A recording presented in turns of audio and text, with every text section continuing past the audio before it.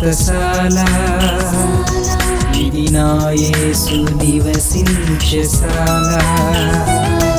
అపోస్తల కార్యములు 20వ అధ్యాయం 32వ వచనం.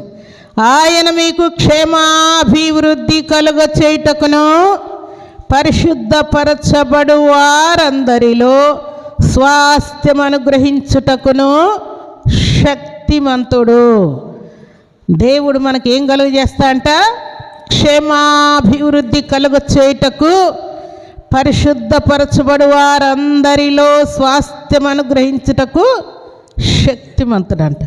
ఎవరి హృదయంలో దేవుని యొక్క వాక్యం అనేటువంటి విత్తనాలు హృదయంలో భద్రముగా ఉంటాయో వారికి దేవుడు క్షేమం కలుగజేస్తూ ఉంటాడంట, పరిశుద్ధపరుస్తూ ఉంటాడంట.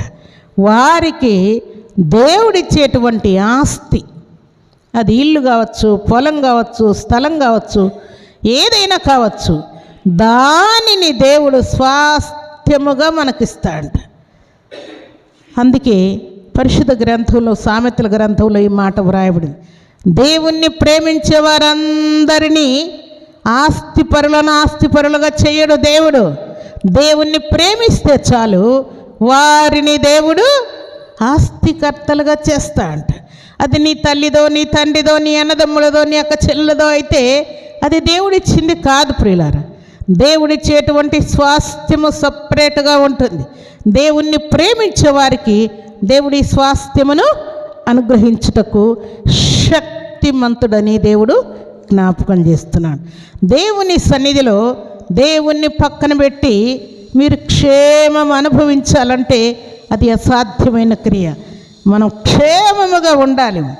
తల్లిదండ్రులతో క్షేమం, భర్తతో క్షేమం, భార్యతో క్షేమం, పిల్లలతో క్షేమం, పైరు పంటల్లో క్షేమం, విద్యాబుద్ధుల్లో క్షేమం, వివాహములో క్షేమం, సంతానములో క్షేమం, ఆరోగ్య విషయంలో క్షేమం, ఆర్థిక ఇబ్బందుల్లో క్షేమం, మన పరిచయలో క్షేమం.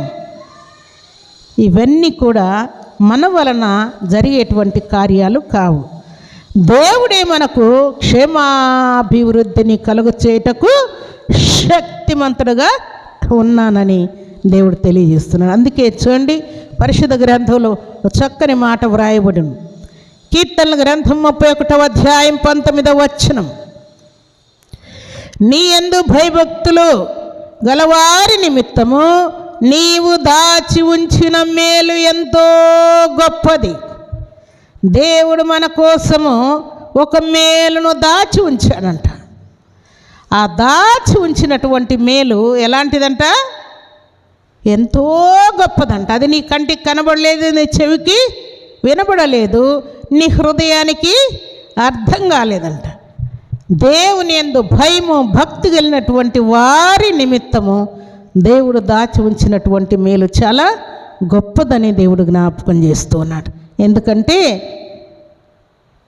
దేవుణ్ణి ఆశ్రయించినందుకు, మనుష్యుల్ని ఆశ్రయించినందుకు, రాజులను, అధికారులను, ప్రధానులను, పెద్దలను ఆశ్రయించకుండా దేవుణ్ణి ఆశ్రయించిన కారణము చేత దేవుడు దాచి ఉంచినటువంటి మేలు చాలా గొప్పదని సెలవిస్తున్నాడు.